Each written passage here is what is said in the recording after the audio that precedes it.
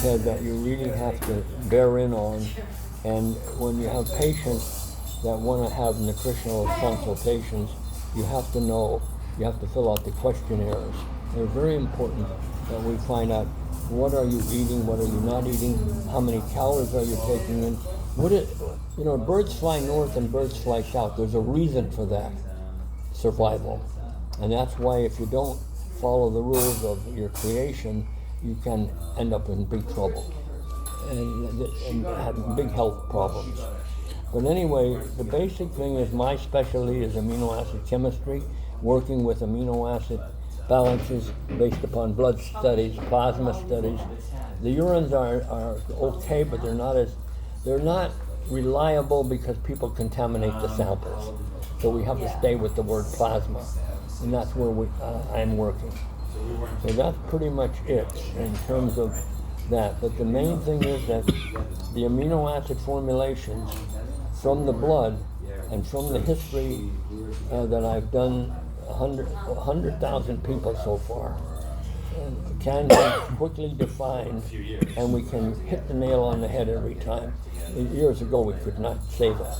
So how many plasma analysis have you studied or read for patients? I looked at 100,000. 100. Yeah. And over 55 years.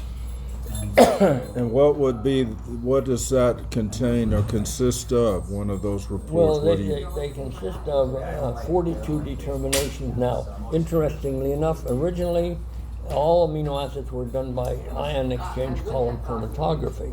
That system of analysis has been discontinued from the company that was doing this work. Originally was called Beckman Instruments out of Palo Alto, California area.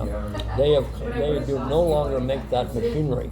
And so the new machinery is called high pressure liquid chromatography, HPLC, and also other types of analyses with other high pressure chromatography, and these don't analyze as many of the levels that should be analyzed. Pearl, sit down. So what happens is we have some shortcomings and some areas that we cannot make claims about because the new machinery doesn't test all the amino acids yet. Now hopefully this will all come to fruition, and it will actually be back to normal where we can do 34 to 44 different determinations. There are essentially 20 amino acids, of which 8 are considered essential. You have to get them from your food, or you have to get them by supplementation. Cool. So if you get them by food or supplementation, then you can fill in the voids. You can actually do an analysis of the blood and even the urine, and if you're doing it under very strict academic conditions, you'll have accuracy for both. I'm relying basically on the plasma because I know it's being drawn out, and from that place it's spun down, immediately frozen, and immediately put into the machinery that can allow us to look at the different levels of amino acids. And who does that? Who does that now for you? Well, there's many laboratories in the United States that does that. Quest Laboratories is the biggest, of course. Then there's LabCorp, which is out in New Jersey. Then there's other smaller labs in terms of the amount of tests that they can do. There is about 6 others, but they're scattered and they're available on, you can find that on the internet, the different laboratories. So that's how that works, and it's really easy. It's easy to get a laboratory test by, it is by prescription. Go sit down. They like to fight. They're all young pups, but they like to fight. But they won't hurt each other. They're very careful. The little guy is almost as big as the other one. He is going to be a Doberman. The other one is a pincer, a German pincer, both German dogs. And anyway, that's what that is. Mm-hmm. So I think what we have to do here is make it an awareness of people who will have the qualifications. Most MDs have qualifications to take on this task of understanding amino acid chemistry. A lot of them don't want to do it because they rely on drugs. That's no good. And I think that's no good because in life-saving situations, it's good, but in routine, everyday life, it's no good because we're not born on drugs and we're not raised on drugs. We were raised on nutrition. So that's pretty much that area. So what are the benefits of a balanced amino acid diet, or that Well, all someone amino acid. What do you mean? What are the benefits? well, a healthy person, obviously, but I mean, Well, what is a healthy person? A person has no aches, pains, no blemishes, no genetic disorders. They're hard to find. There's no one perfect except God. So you can't. You can say, what is a healthy person? Yes, there are healthy people. You can't say they're not, but they're not healthy on a metabolic level that you would like to believe. And so this is the problem that we're facing. This is why it's important to have every year have a routine blood analysis. That starts, if the doctor's any good, basically, you start the routine blood analysis. And then from there you find out what are the other things that are complaints of the patient. And if the patient has other complaints, then there's other testing that the doctor can do to verify what is the patient telling the truth. Now the important thing here is the patient telling the truth? Sometimes the patients don't tell the truth and we don't know why, but that does happen. But it's rare, but it happens. So you have to remember, telling the truth is the most important thing, and getting the blood assay is, again, most important, and the routine physical examination. A physician's place in our world is critical, absolutely critical, and we need that. But we need physicians trained in advanced techniques of nutrition. And amino acids is one of the, where do you get amino acids? From protein. Well, I'm eating a steak, I'm eating a fish, I'm eating whatever, but what is the amino acids? I don't know, I'm alive. That's not the way to talk about this. You should be able to do your blood and say, hey, listen, you tell me you're eating fish 3 times a week, a steak once a week, pork once a week, chicken once a week, but look at your amino acids, they're all messed up. So now why? Well, let's find out about your history. Let's find out about your lifestyle, your family style. What did they have trouble with? Well, some people said, well, my parents died of cancer, both of them. Well, that's very bad because that means you have a propensity in the genetic world towards cancer. And so you need to make sure that you have no free radical damage damaging you at the moment in your liver, spleen, brain tissue, heart tissue, and so forth. So these are the kinds of comments that are hard to deal with but are real. And if physicians take an interest in really caring about their patients, they look into everything that we're talking about. And that's what I tried to do. I tried to look at, the main thing is people know their body better than the doctor. The doctor's going to verify, are you telling the truth or aren't you? Like a lady said, I never eat meat. I said, what? But yesterday you told me you ate this kind of food and there was meat in it. Oh, that was yesterday. Well, that's not the answer. That throws the doctor a curveball and he strikes out. Okay. And we've had that happen. People actually didn't realize that they were actually telling the doctor a lie, literally. So that's what we have to deal with. So I was a novice in this whole business. I wasn't the first to do amino acid analysis. Amino acid analysis started in 1941. It was a research clinical tool. The columns, not to bore people, but the columns were 30 feet high that the blood went through. Now they're about 4 to 5 millimeters, 4 to 5 centimeters, and there are different levels of lengths of these. They're called ion exchange column chromatography devices, but they sort out the amino acids really accurately and very fast. So the whole essence of life is vitamins, minerals, amino acids, essential fatty acids, and all the intermediates that run the Krebs cycle. It's a very complicated kind of science, but it can be conquered, and it has been conquered by many good biochemists. So that's where we're coming from. So your specialty expertise is in actually then reading these analysis and talking to the patient and finding the balance Exactly. to get the homeostasis and Yes, that's exactly right. That's a big mouthful, but that's exactly what it is, what you say. And from this, people said, well, I didn't know this, I didn't know that, they didn't tell me this, they didn't tell me that. And pretty soon the patient is putting together their life's puzzle and actually helping their own health, which is really what the doctor should have done at that point. So there are exceptions to everything, but it's bad because the physician is pushed for time. He's stressed out. He's trying to get to the bottom of the story as fast as possible, but sometimes he misses the story, and that's no good either. So the key is the different compounds. We don't have everything. We have a lot of good things, but we don't have everything.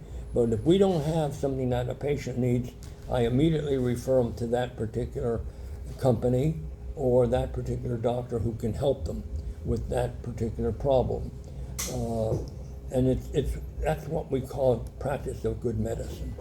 Referring people to the right people to get the best results for the physician's health and care. Mm-hmm. Now, when you developed the all basic formula amino acids, for human beings, Yes. You had bodybuilders take interest in that. Well, we developed our first formula was called All Basic Plus. It had 19 amino acids in it. Then we built another formula called Glucobalance. That was to balance. People need energy. People do bad things to get energy. They eat chocolate, they eat ice cream, they eat foods they shouldn't be eating, and they also may be allergic to some of these foods, which then makes their fat weight ratio to muscle weight ratio change radically. And this is why people cannot lose weight, because they're out of balance and they have allergies to maybe some of these foods.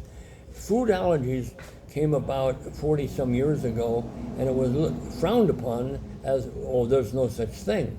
Well, we now know there is such a thing, that there is food allergies. It says there is chemical sensitivities. And so what people do is we tried to make a formula that would address at least 80% of the patient's problems. We succeeded in doing that with the All Basic Plus formula. But for patients with psychiatric problems, we had to go with the formula without tryptophan, but add tryptophan at nighttime or in the evening. You can't take, some amino acids compete with each other. They cannot be used together because they compete for uptake in the brain, and the brain is the master controller of your body. And so these formulas are all different, and there's reasons for them. There's legitimate professional reasons, technical reasons for these formulas to be different.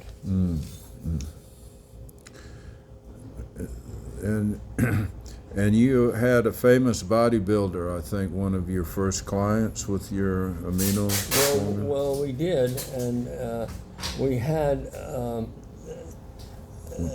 we don't want to mention names to say much, because that is not fair to them to hear us trying to promote them. They already promoted themselves, but we've had a number of famous bodybuilders come to us after they found out who we were, because a lot of people used a lot of protein powders, and a lot of protein powders are very dangerous to the kidneys and liver, particularly the kidneys.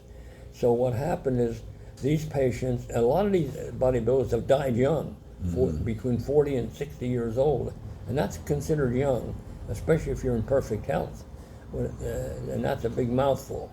So we have to be careful that the bodybuilders, they don't want you to touch their body, they don't want you to draw their blood, and yet they want you to give them the best possible health. So how can you do that? That's a real hard thing to do. And it took us a long time to get us to the point where bodybuilders would let us even take their blood out of them, let alone analyze it.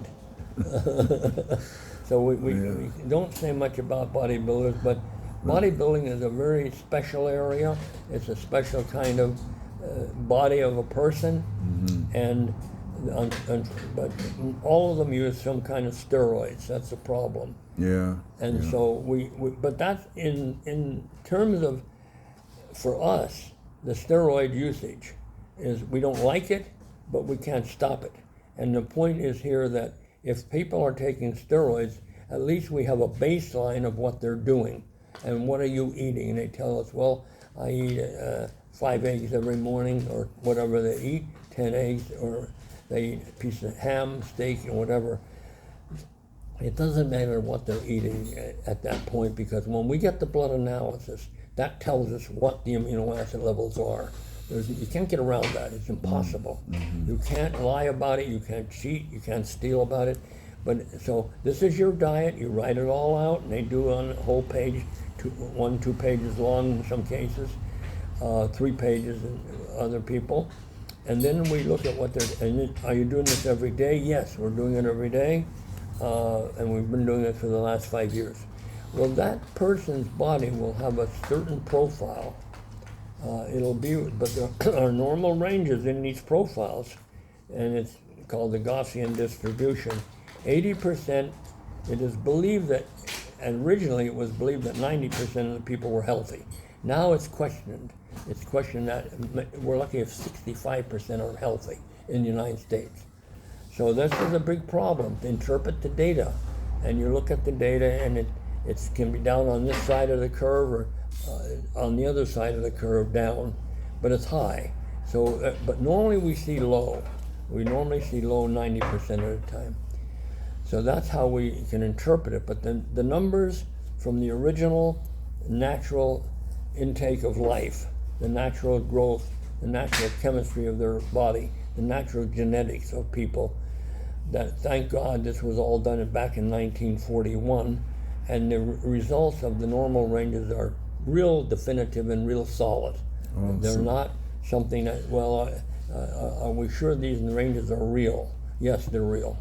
But now we're going to, there's changes in the normal ranges. This is very dangerous for me, because I like the old ranges because I'm so used to them and I interpret them.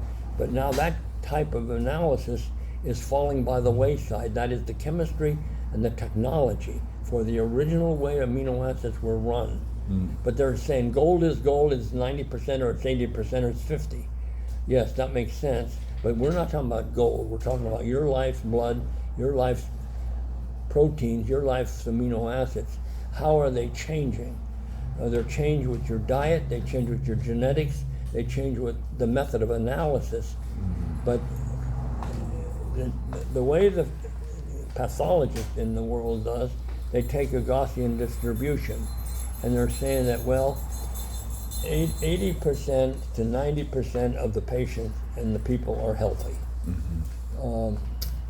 That's questionable at this stage of the world's life cycle. So I look at that based upon, I'm not going to say it's wrong, I'm not going to say it's right. I'm going to say, these are the numbers that I got out of your blood. Now, where are they in my mind that with my 55 years of work and 45 years working in the clinical business, where is those numbers falling for that patient? And normally we're within 99.9% of accuracy when we make a decision. So that's very good. And it's not all made well on amino acids only. It's made upon the vitamin levels in the blood, the routine blood analysis, the health of the individual, the genetics of the individual. Well, my mommy died when she was 60, that kind of thing. Well, here I am 90. Well, why am I 90 and everybody else is dead but me? That type of attitude. And that's what's happened in many, many families. A lot of people, both people have cancer. A guy said, well, his family member, which happened to be, in this case, his mother, died at 60 from cancer. He died at 57. And the only thing we know about this individual to this day is that he took huge amounts of steroids because he wanted to look like a big bodybuilder. And that's what gave him, he had not one cancer in his brain, he had 3 tumors. She had 1 when she died. So these are the kinds of things that you just look at and you say, well, you know, people are their own worst enemy. That's really the truth. We are our own worst enemy. We believe we can overcome whatever we can overcome, and we never think it out very carefully, you know, and I have to deal with this every day. Well, but people eventually, I got phone calls. Every day I get 20 to 30 phone calls a day. It's very stressful. And this lady, I don't know these people, and say, well, you were referred by, I don't even remember the person who referred me even. Sometimes I know them, sometimes I don't. Yeah. But we want to talk to you. And well, what's your problem? And then they tell me, and invariably, when I'm finished with them, they can't thank me enough, first of all, which is very pleasant, but we have to then send them to the right care, medical care, because their problem is potentially dangerous. And it is dangerous maybe already. We don't know that because we're not the doctor of record. We don't practice medicine on patients here. We just can answer questions, the best of my knowledge, from the blood studies. And when I get a whole raft of them, which are 5, and we had a patient come in here about 3 years ago, and her test results were duplicate to the point where they were 3 to 5 inches thick. So I had to go through all those assays, and it went up and down like a yo-yo, up and down, up and down. It was oscillating up and down, her results. And so then I found out, as I talked to this person, eventually, that she was the kind of woman who had a behavioral problem, that she could never stay focused. She'd always drift. But very intelligent, very, very intelligent. And then she could talk you into anything, or con you into anything, or convince you of anything. And then when I really realized what she was doing, I started to see that her neurochemistry was way out of whack. So they were going to put her away in a mental institution. That was what the bottom line was for her. And her husband was in tears. And so what happened was, I said, well, let me see what I can do. So we did all the tests over again. And of course, many of them repeated themselves, many did not. But when I put her on a program, and then this program allowed her to stay focused, is what I'm trying to say here. She stayed focused, and her husband said, I've never seen anything like this in my 5 years with my wife. I can't believe she could focus like this, and she stayed focused. Then about a year ago, she said, oh, I'm better now, I don't need nothing. She stopped everything and went downhill so fast, it was faster than a roller coaster. And now they're embarrassed to call me because they feel that, you know, they failed the course. And I told his wife, her husband, I said, I'm not going to be into kind of discussions. I just want to see if we can help her back. And they have yet to call me. Now, it's been 2 months ago. So we'll see. But this happens. This happens. People get embarrassed once they get better, and they're in a different world even. And it's very hard to talk about this because we're not qualified to be a psychiatrist, a psychologist, a MD all in one, and yet at the same token, that's the kind of patients we get. The mind controls everything, no matter what you tell me. And you can hurt yourself and kill yourself with your mind, as you well know. So this is the challenge that I have and other people have, trying to get this balance. And the balance is critical, because in the balance, you can tell people certain things behind closed doors. If I have to say such a thing, they listen. They really listen. And will they follow through? I don't know. Sometimes they do, sometimes they don't. And that's nothing I can do about that. Again, I always refer people to different kind of physicians who are expertise in this. We are losing a lot of our good old physicians due to age. So just to recap, the brain, you say, or the mind, is there a difference? What would you say? Is there a difference with brain and mind, or just your Well, brain? the brain is the physical part of your brain that holds your electronics together. And those electronics are circulating every split second of your life. And they're doing things that you don't even know about during life. But they're functioning. And so this is a difficult task. I don't have the answer, first of all. I don't think anybody has that answer. But I could be wrong. Again, trying to keep an open mind. The brain is a very dynamic organ, very dynamic, and it's all electrochemistry in essence. And it runs on amino acids. It runs on all kinds of electrochemical energies from amino acids, from vitamins, from enzymes that are all, they all have electronic systems in and of themselves, and there are thousands of them all going on at different points in time, but they all interrelate, and they all, what controls the mind in the ultimate end, we don't know. We really don't. We'd like to say we know, but we don't. But it's all electrochemistry in dynamic functions, in dynamic essence is what it is. It's a gift. It's a gift. It's a gift that man was given and cannot create ever himself. That the brain is the master computer of the body. Exactly. Right? You that's, often that's a good say. comment. Yeah. I think that's a really good item, and I think that's a really good saying, and it's a very accurate saying. And I think if you keep that in mind, I took this, I feel better. I took that, I feel worse.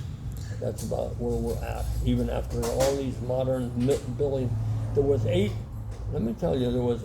billion spent of American taxpayers' money, $8 billion now, over the last 20 years on the word schizophrenia. They come to the conclusion they don't know what causes it. $8 billion later, nobody can, with all that money and all those professional folks, they concluded the cause is still unknown. It's very. That's in writing, that's in published writing. Wow. All right, well, let's take a break for